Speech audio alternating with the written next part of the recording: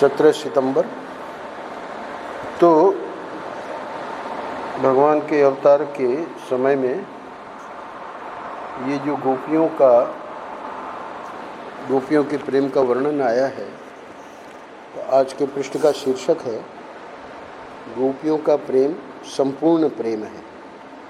पृष्ठ लिया गया है महर्षि के ग्रंथ में से, जहाँ उद्धव को भगवान ने अपना संदेश देके और गोपियों के पास, नंद बाबा और यशोदा के पास भेजा है। उद्धव ब्रजगमन श्रीमद् भागवत महापुराण का बड़ा मार्मिक प्रसंग है। उसी प्रसंग में जो बहुत पहुँचे हुए महापुरुष लोग हैं, इसका वर्णन करते हैं तो रुला देते, रोना आ जाता सुन के।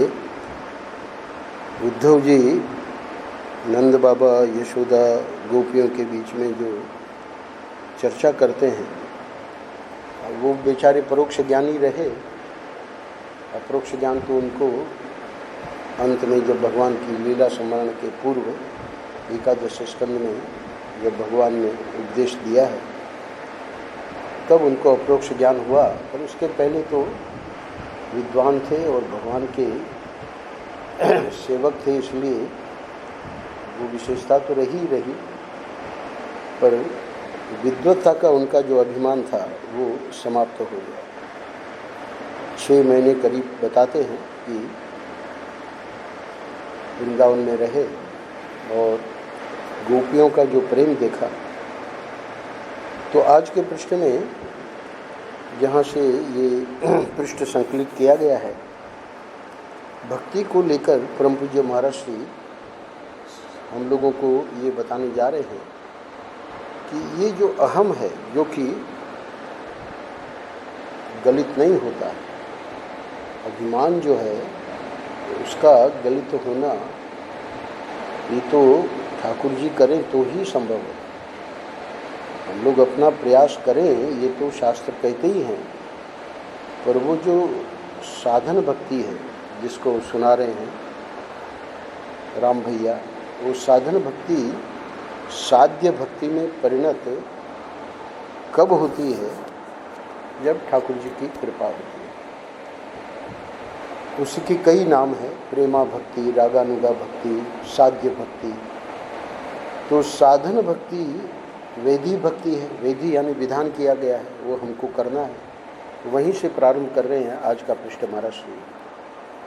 यह जो भक्ति है, शीर्षक है आज के पृष्ठ का, गोपियों का प्रेम संपूर्ण प्रेम है। ये प्रसंग क्यों लिया कि पहले हमको पता तो लगे कि कोई ऐसा है जिनकी रागानुगा भक्ति, प्रेमा भक्ति, भाव भक्ति।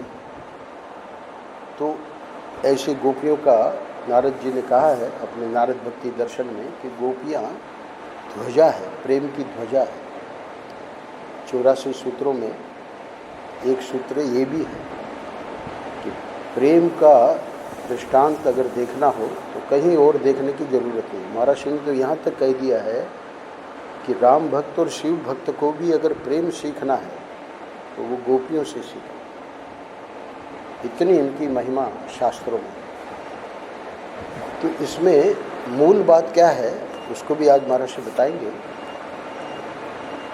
तत्सुखे सुखित्व, ठाकुर जी के सुख में ही हमारा सुख है। ये एक विशेष बात प्रेम की जो हमको सीखनी पड़ेगी। शुरू में क्या कह रहे हैं महाराज श्री? यह जो भक्ति है, यह मनुष्य के जीवन का निर्माण करने वाली है। बम्बई के श्रोता है, वो भी प्रेमपुरी जी महाराज के सब वेदांती लोग।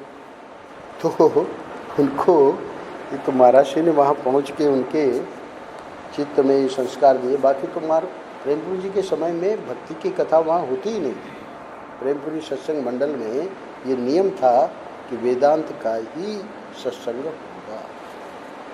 परम पूज्य महाराज श्री से जब प्रेमपुरी जी महाराज ने उनका लोहा मान लिया, तो फिर उन्होंने राजी कर लिया कि हम थोड़ा सा भक्ति पे बोलेंगे। अब वो लोगों को, कुछ लोगों को जिनका भक्ति हृदय था, स्वाभाविक था, वेदांत सुनते सुनते उनको लगा कि भाई हो तो रहा नहीं कुछ वेदांत से। तो महाराज जी कह रहे हैं श्रोताओं को और हम लोगों को भी, यह जो भक्ति है यह मनुष्य के जीवन का निर्माण करने वाली है। बैठे कौन है? बम्बई के श्रोता जिनके जीवन में सब प्रकार के दोष दुर्गुण हैं, अच्छे भी बातें हैं, तभी तो सत्संग में आ रहे हैं। और वो जो दोष दुर्गुणों से छुटकारा नहीं पा रहे हैं, पाने की कोशिश करने पर भी वो दोष दुर्गुण नहीं जा रहे हैं, उसके लिए महाराज जी कह रहे हैं कि जीवन का निर्माण हुए बिना इस अध्यात्म मार्ग में आगे व्यक्ति बढ़ ही नहीं सकता। तो हम तो इतने वर्षों से वेदांत सुन रहे हैं, आप बताइए क्या करना है। बता रहे हैं, प्रथम वाक्य में ही बता रहे हैं कि ये जो भक्ति है, क्योंकि उद्धव ब्रजगमन पर महर्षि का प्रवचन चल रहा है बम्बई में, तो उनको बता रहे हैं कि इसकी उपेक्षा नहीं करना। ये तो भक्ति का प्रसंग है, हम तो वेदांती हैं, है ना, हमको इससे क्या लेना देना। ये सुन सुना के होता क्या है, हमारे साथ भी ऐसा हुआ कि जीव भाव, तो जीव भाव महर्षि अपना स्वयं का प्रसंग बताते थे कि भिक्षु शंकरानंद जी ने हमको उपदेश दिया और उसके बाद हमारे में जीव भाव आया ही नहीं।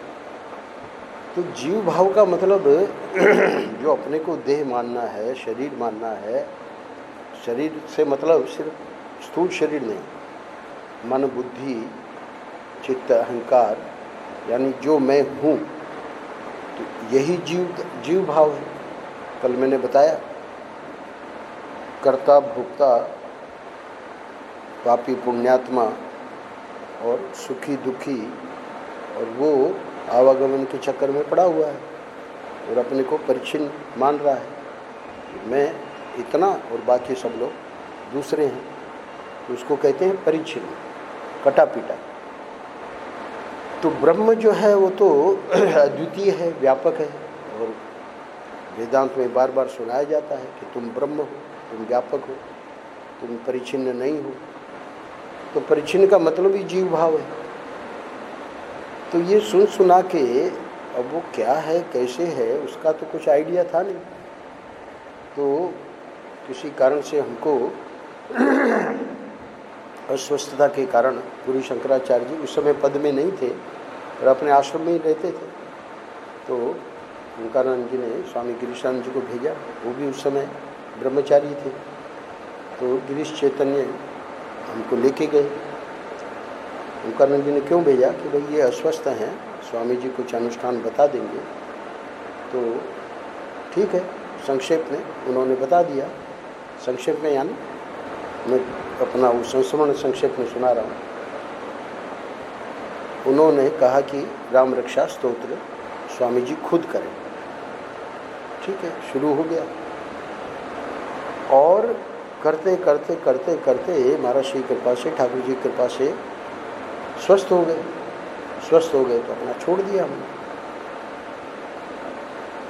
डॉक्टर गीता को पता था कि शंकराचार्य जी ने, मतलब उस समय स्वामी निश्चलानंद जी थे, शंकराचार्य नहीं थे, तो स्वामी निश्चलानंद जी ने इनको राम रक्षा स्तोत्र करने को कहा है और वो हमारी दवा वगैरह का भी ध्यान देती थी।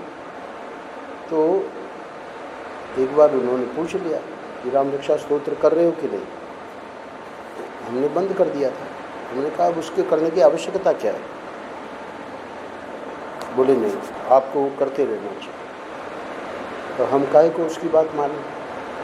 पर जब उसने इस प्रकार कहा तो अगले दिन हम गए, प्रतिदिन जाते थे, गीता भाष्य पढ़ाते थे वो स्वामी निश्चलानंद जी महाराज उस समय। तो हमने ये बात रखी कि अब हम स्वस्थ हो गए हैं और इस प्रकार हमने उसको छोड़ दिया है, पर ऐसे ऐसे उनको कहा गया कि आपको करते रहना चाहिए। पर करते रहने में तो जीव भाव भी तो आएगा। क्योंकि प्रार्थना की जा रही है, आपदाम अपहर्तारम दातारम सर्वसंपदा लोकाभिरामम श्रीरामम भूयो भूयो नमामि। तो प्रार्थना जब करेंगे तो जीव भाव आवेगा। तो पहले मैंने संस्मरण सुनाया होगा, पर ये आज इसलिए सुना रहा हूँ कि महाराज श्री जिन श्रोताओं को सुना रहे हैं ये कि भक्ति जीवन का निर्माण करें। क्या कहा स्वामी निशिलानंद जी महाराज ने जब ये सुना कि राम रक्षा स्तोत्र करने से जीव भाव आवेगा, उन्होंने कहा कि स्वामी जी आज से आप एक काम करिए, खाना पीना छोड़ दीजिए। जीव भाव सबसे पहले तो खाने पीने के कारण आता है।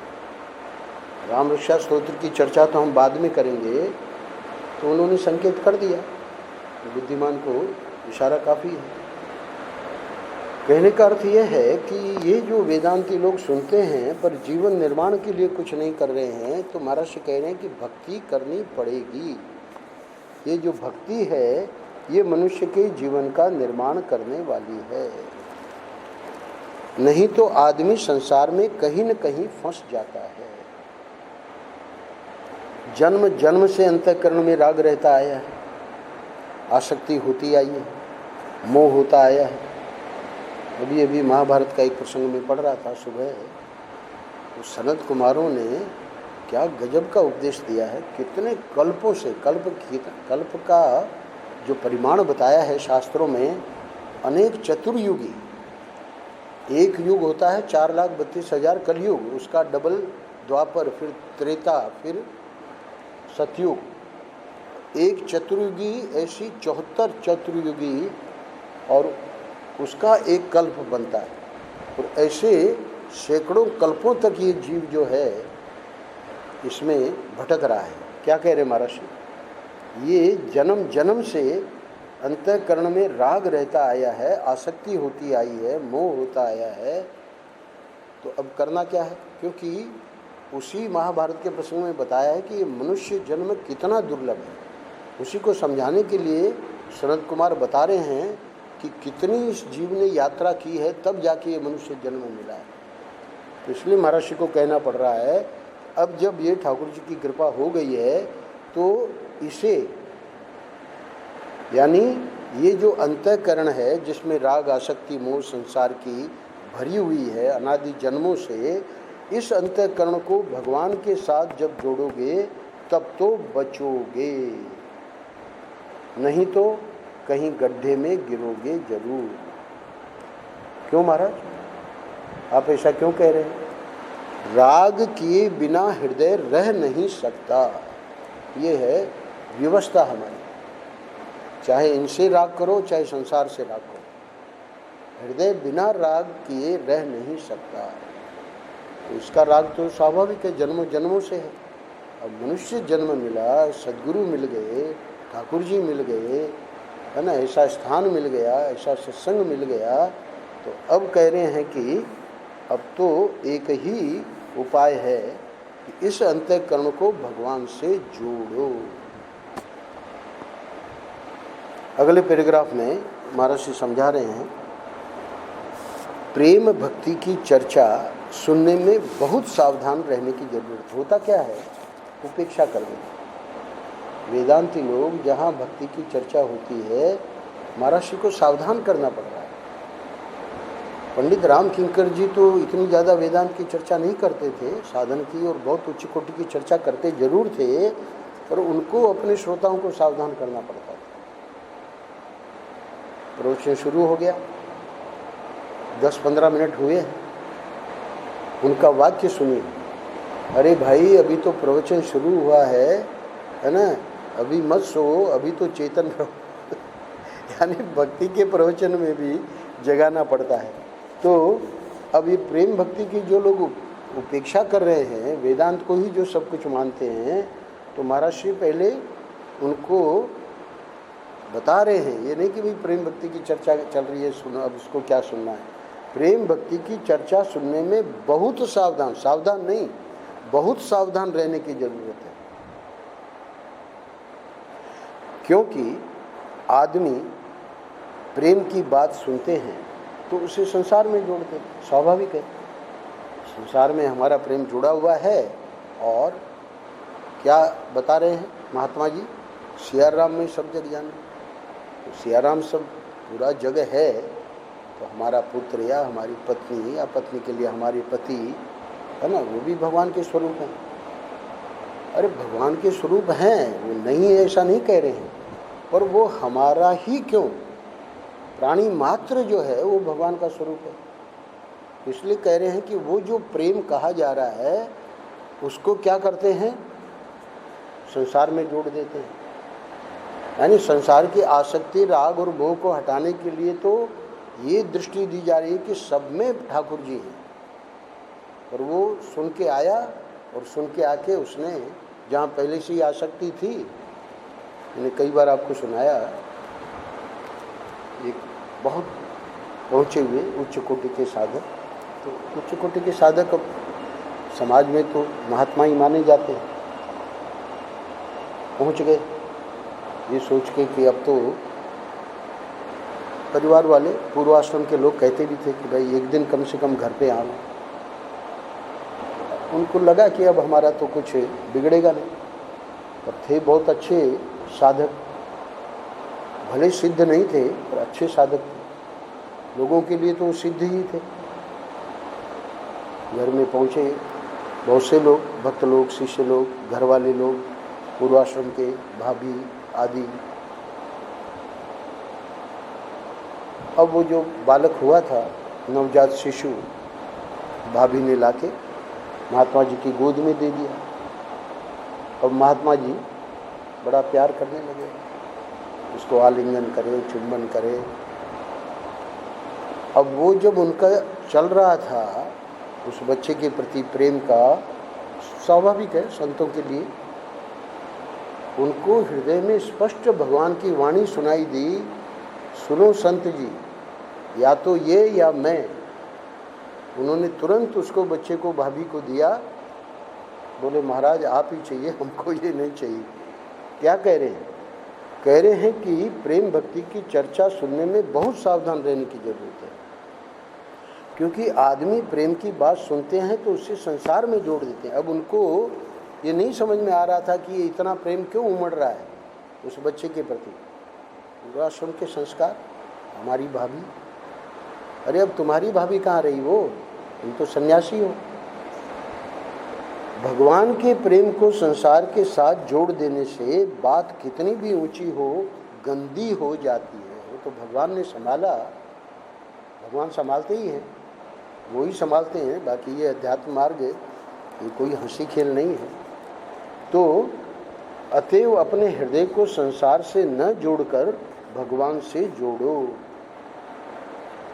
अब कोई कहे कि महाराज आप तो है ना वेदांती हैं, भक्ति की बात में भी तत्व की बात ले आते हैं, है ना। तो कुछ भक्त लोग तो महर्षि के बारे में ऐसा लगता था कि महर्षि कोई भी बात हो उसको वेदांत पर्यवसाय करते भी थे। पर उन लोगों के लिए, भक्तों के लिए कह रहे हैं कि ऐसा मत समझना कि ये तत्व की बात मैं कह रहा हूँ, ये तत्व की बात नहीं है। तो तत्व की बात नहीं है तो क्या है? यह तो हृदय के परिवर्तन का रसायन है, औषधि है, इससे दिल बदलता है। होता क्या है कि भक्तों के हृदय में भी वो जो महर्षि ने कहा कि आदमी प्रेम की बात सुनते हैं तो उसे संसार में जोड़ देते हैं, इसका आत्मनिरीक्षण करना बहुत कठिन है। इसलिए उनको लगने लगता है कि ये तत्व की बात कर रहे हैं। इसलिए महर्षि ने कहा कि प्रेम भक्ति की चर्चा सुनने में बहुत सावधान रहने की जरूरत है। यानी भक्त लोग क्या गलती कर रहे हैं वो इस दूसरे पैराग्राफ में सिखाया। वेदांती लोग तो पहले से ही उपेक्षा कर रहे हैं, तो इसलिए उनको तो ये कहा कि भाई जीवन निर्माण के लिए ये करना ही पड़ेगा। तुम कहते हो कि हमको वेदांत का अनुभव नहीं हो रहा है, तो क्यों नहीं हो रहा है? उसमें कारण ये है, जीवन निर्माण पहले होगा और ज्ञान बाद में। अब ये जो वैष्णव महापुरुष हैं उनकी कृपा का वर्णन तीसरे पैराग्राफ में करें। जितने वैष्णव महापुरुष हैं उनके आचार्यों का, रामानुजाचार्य, निम्बारकाचार्य, रामानंदाचार्य, मध्वाचार्य, चैतन्य महाप्रभु आदि आदि वल्लभाचार्य, जितने वैष्णव आचार्य और उनके शिष्य उनकी परंपरा में एक से एक बढ़ के महापुरुष हुए हैं। चैतन्य महाप्रभु की परंपरा में सनातन गोस्वामी, रूप गोस्वामी जी का ग्रंथ चल रहा है, प्रत्येक दिन हम लोगों को सुना रहे हैं राम भैया। जीव गोस्वामी, रूप गोस्वामी, सनातन गोस्वामी, विश्वनाथ चक्रवर्ती, एक से एक बढ़ के महापुरुष हुए हैं। महाराज जी कह रहे हैं कि यह तो वैष्णव महापुरुषों की कृपा है। क्या कृपा है महाराज? कि उन्होंने काम को प्रेम कर दिया। ये कामनाएं जो हमारी जुड़ी हुई हैं संसार में, उसको प्रेम में कैसे परिवर्तित करना है, ये विद्या सिखा दी। कैसे? उन्होंने भगवान के साथ प्रेम जोड़ा। जो हमारा सहज प्रेम संसार के साथ है, तो महाराज ने एक जगह कहा है कि टेलीफोन की लाइन तो है पर वो गलत जगह जुड़ी हुई है, वहाँ से उस लाइन को हटा के सही जगह जोड़ना है। ठाकुर जी ने प्रेम तो सबके हृदय में दिया है, तो वैष्णवाचार्यों की, वैष्णव महापुरुषों की ये कृपा है कि उन्होंने भगवान के साथ प्रेम जोड़ा। ये क्यों कह रहे हैं महाराज श्री? क्योंकि साधना में एक बात ऊपर प्रथम पैराग्राफ में कह दी, राग किए बिना हृदय रह नहीं सकता। तो जब वैष्णव महापुरुषों ने देखा कि ये राग तो करेगा ही करेगा, धनुर्दास की कथा बहुत प्रसिद्ध है। रामानुजाचार्य जी ने देखा कि उस देवी के ऊपर छाता लगाए उल्टा चल रहा है। देवी के मुखारबिंद को देखते हुए, अरे देवी सीधी चल रही है पर ये उल्टा, उसके मुखारबिंद को देखते हुए रामानुजाचार्य ने उसको देखा, आश्चर्य हुआ, बुलवाया उसे। पहले तो उसको जाने का मन नहीं हुआ, पर देवी ने कहा महात्मा जी बुला रहे हैं चले जाओ। गया, बोले कि भाई हमने तुमको ऐसे देखा, बात क्या है? जो बड़ी सुंदर है। बोले उससे भी सुंदर हम तुमको दिखा दें तो हम उनसे प्रेम करेंगे। रामानुजाचार्य जी ने अपने प्रभाव से धनुर्दास को ठाकुर जी की सुंदरता का दर्शन करवाया। धनुर्दास का जीवन ही परिवर्तित हो गया। ये वैष्णव महापुरुषों ने किया क्या कि भगवान के साथ प्रेम को जोड़ा। वो जो वेश्या थी उसके साथ वो धनुर्दास का प्रेम था, है ना? उसको देखिए क्या उसका पूरा जीवन परिवर्तित हो गया। जब काम भगवान के साथ जुड़ता है, अभी प्रेम नहीं बना है, वही है, काम ही है। महाराज अपने करपात्री जी महाराज एक भक्त की कथा सुनाते हैं, तो वो भक्त इतना संसारी और इतना शुरू में शौकीन व्यक्ति रहा, क्या बढ़िया बढ़िया कपड़े और पान और इत्र और, है ना, सब स्त्री गमन आदि सब प्रकार के दुर्गुण उसमें थे। पर कुछ ऐसा उसका प्रारब्ध रहा या जो भी, भगवान उसको दर्शन भी देने लगे, उसके साथ रहने भी लगे, खेलने भी लगे। नाम में उसका भक्त का भूल रहा हूँ। तो करपात्री जी महाराज ने सुनाया कि ठाकुर जी तो अब अहित की कृपा करके उसके साथ ये सब कर रहे हैं। अच्छा, इधर क्या हुआ कि ठाकुर जी देख रहे हैं कि वो दुबला पड़ता जा रहा है, पीला पड़ता जा रहा है। ठाकुर जी ने एक दिन पूछा, मित्र व्यवहार कर रहे, मित्र के साथ, सखा के साथ बस आ जाते थे और उसको ले जाके वो खेलते रहते थे। बोली क्या बात है, ऐसा क्यों हो रहा है? पहले तो वो नहीं बताना चाह रहा था। बोले नहीं, तुम मित्र को नहीं बताओगे तो किसको बताओगे? तब उसने बेचारे ने बताया कि हमको ये डर लगा रहता है कि आप तो आ रहे हैं, ऐसा हमारा कोई पुण्य भी नहीं है, पर आप अहेतु की कृपा से हमारे साथ ये सब कर रहे हैं लीला, और आपने कोई हमारे दोष दुरुण के कारण आना बंद कर दिया, यही चिंता हमको दिन रात सताई जाती। स्वाभाविक है, वो जानता था कि हमारे में इतने दोष दुर्गुण हैं, और क्या ठाकुर जी को पता लग जाएगा, तो पता लग जाएगा मतलब कभी कदाचित हमने उसमें प्रवृत्ति करी तो इनका तो आना बंद हो जाएगा। अब वो बेचारा, तब ठाकुर जी ने कहा कि देखो, बड़े प्यार से उसको कहा, एक बार हम जिसको मिल जाते हैं उसके बाद उसको इसकी चिंता बिल्कुल नहीं करनी। यहाँ तक ठाकुर जी ने कहा कि तुम चाहो बड़े अपने जैसे पहले रहते थे वैसे रहो, इत्र लगाओ, पान खाओ, है ना, जैसे, यानी कहने का अर्थ है कि भगवान ही रक्षा करते हैं। और ये जो रक्षा है, इसी को शरणागति में 6 रूप गोस्वामी जी ने शरणागति के जो 6 लक्षण बताए हैं, उसमें ये जो भक्त के हृदय में 100% बात आ जाती है, रक्षिष्यति इति विश्वास, आनुकूल्यस्य वर्तनम, प्रातिकूल्यस्य वर्जनम, आदि आदि और 5 चीज़ें हैं, पर ये जो 6 में ये जो रक्षिष्यति इति विश्वास, ये सबसे महत्वपूर्ण है। अब भगवान ने जब एकदम उसको निश्चिंत कर दिया तो दोष दुर्गुण क्या आने हैं, वहाँ तो भगवान का प्रभाव ही इतना है कि दोष दुर्गुण रह ही नहीं सकते। इसलिए महाराज यहाँ कह रहे हैं कि वैष्णव महापुरुषों की ये बहुत बड़ी कृपा है कि उन्होंने भगवान के साथ प्रेम जोड़ा। तो प्रेम कैसे जोड़ा महाराज? हम तो बिल्कुल कामनावान हैं, इतनी हमारी इच्छाएं, इतनी अभिलाषाएं, इतने हम, है ना, कामी हैं। बोले कि जब काम भगवान के साथ जुड़ता है तो काम नहीं रहता, प्रेम हो जाता है।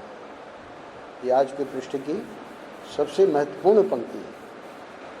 पहले वो काम था, अब जब यहाँ जुड़ गए, भगवान ने 9वें अध्याय में गीता में तो शुरू होगा परसों से, हद कर दी।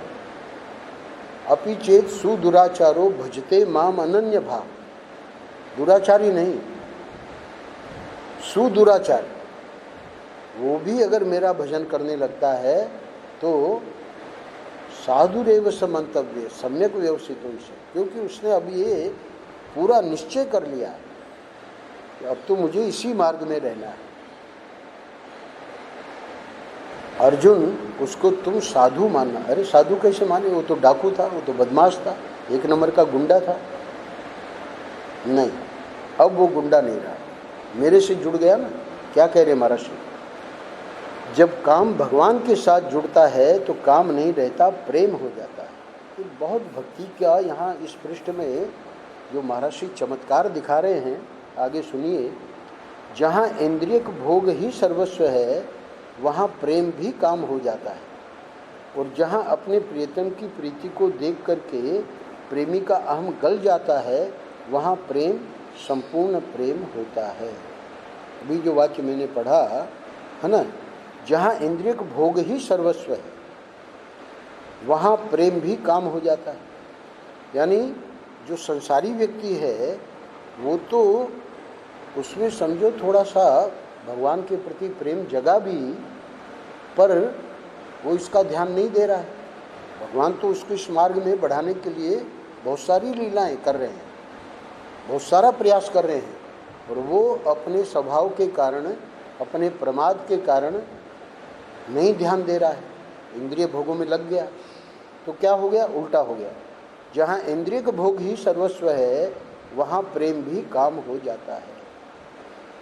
और वो भक्त के रूप में भले अपने को संसार में दिखावे, पर दुनिया जानती है ये तो 1 नंबर का भोगी है। बहुत कठिन है। तो पहले ये जो गड्ढे में गिरने वाली बात है, उससे सावधान करने के लिए ये वाक्य कह रहे हैं। और अगला वाक्य क्या है? मतलब उसी वाक्य में, और जहाँ अपने प्रियतम की प्रीति को देख करके प्रेमी का अहम गल जाता है, वहाँ प्रेम संपूर्ण प्रेम होता है। क्योंकि 3 पृष्ठों को संक्षेप में किया गया है, तो मूल तो आपको वही पढ़ना पड़ेगा। यहाँ संकेत कर रहे हैं महाराज श्री कि ये होगा क्या, ये जो व्यक्ति ठीक ठीक इस मार्ग में चल रहा है, पूरा प्रयास करके चल रहा है, तो ठाकुर जी क्या करेंगे, प्रियतम की प्रीति को देख करके प्रेमी का अहम गल जाता है। अभी तक हमने प्रियतम की प्रीति को देखा ही नहीं है, अनुभव ही नहीं किया है। वो तो दुर्गी माँ और क्या क्या है ना, बोडाना का भक्त और इन लोगों ने, राधा दामोदर जी का मंदिर है, 4 परिक्रमा करो, गोवर्धन की परिक्रमा हो जाएगी। वो ऐसे जो भक्त हैं उन्होंने प्रियतम की प्रीति को अनुभव किया। अनुभव हम उन लोगों को भी देते हैं ठाकुर जी, पर हम लोग उसकी उपेक्षा कर देते हैं, वापस अपने इंद्रिय भोग में लग जाते हैं। वो नहीं करना है। तो क्या होगा, प्रियतम की प्रीति को देख करके प्रेमी का अहम गल जाता है, यही तो करना है। 3 दिन पहले अहम की पूजा पृष्ठ में महाराज ने क्या बताया कि वो जो कवि है वो कोई शोक संवेदना नहीं थी, वो तो इतनी बढ़िया कविता मैंने लिखी है गांधी जी के बारे में, प्रत्येक अखबार में पूरे पृष्ठ में छपी है, उसका उसे भोग कर रहा था। ये जो भोग है ये अहमपना, मैं कवि हूँ, ये जो अहमपना है इसका गलना ही आज के पृष्ठ की मुख्य बात है। वो कब गलेगा, जब प्रियतम की प्रीति को देखते और देखेंगे तो वो जो अहम है वो रहेगा ही नहीं, क्योंकि अहम तो पूरा का पूरा संसार के प्रेम को लेकर है। पर यहाँ देखेंगे कि अहेतु की कृपा, अहेतु की कृपा में पहले एक बात इसको समझना है कि ठाकुर जी जो भी हमारे लिए कर रहे हैं वो हमारे कल्याण के लिए कर रहे हैं। ये बात जब बिल्कुल विश्वास हो जाएगा इसका, तो फिर अहम गलने लगेगा, और फिर उसका परिणाम क्या होगा, आज के पृष्ठ का शीर्षक, वहाँ प्रेम संपूर्ण प्रेम होता है, यानी गोपियों का अहम पूर्ण रूपेण गल चुका था। असल में प्रेम अहम को गलाने की एक पद्धति है, यह एक ऐसा रसायन है जो अभिमान को बिल्कुल गला देता है। समय हो गया है, सुन लीजिए। इसके लिए देखना पड़ता है कि किसके साथ हमारा दिल मिलता है।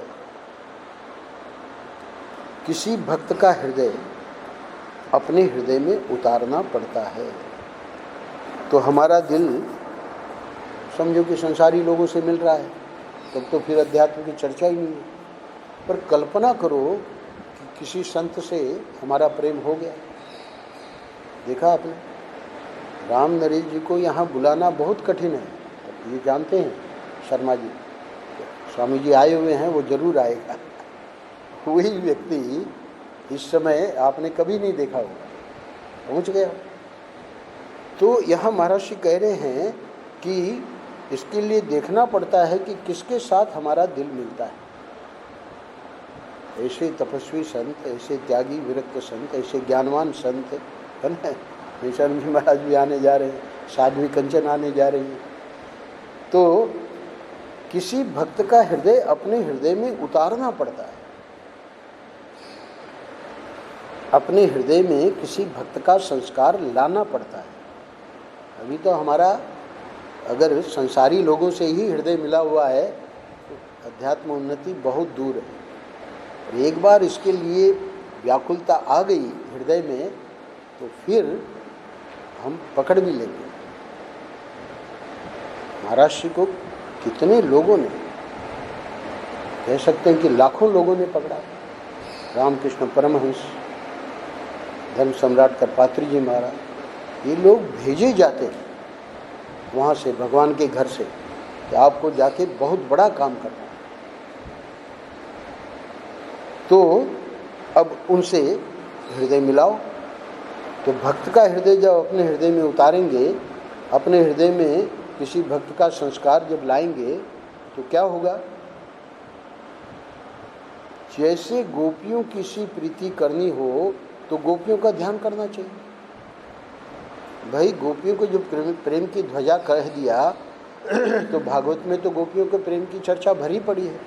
तो अब वो जो राधा है, तो राधा जी कैसे क्या ठाकुर जी से प्रेम करती थी, है ना। महाराज जी कह रहे हैं कि जैसे गोपियों की सी प्रीति करनी हो तो गोपियों का ध्यान करना चाहिए।